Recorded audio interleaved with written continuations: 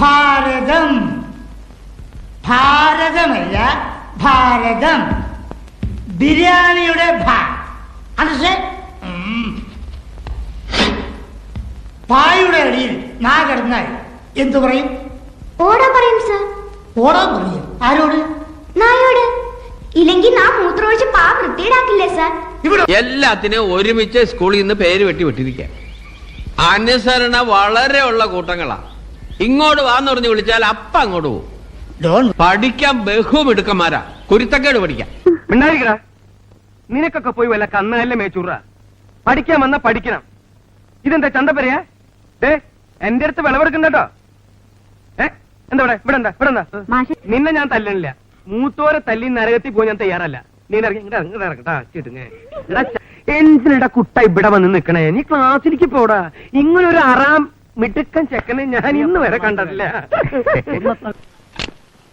എന്താ ഒരു കാരണമല്ല എന്നെ ക്ലാസ്സിൽ നിന്ന് പുറത്താക്കി. ഞങ്ങൾ കുറച്ചു പേര് ചേർന്ന് ഒരു വിദ്യാർത്ഥി സംഘടന ഉണ്ടാക്കിയിട്ടുണ്ട്. അപ്പൊ ഒരു കൊടി വേണമല്ലോ.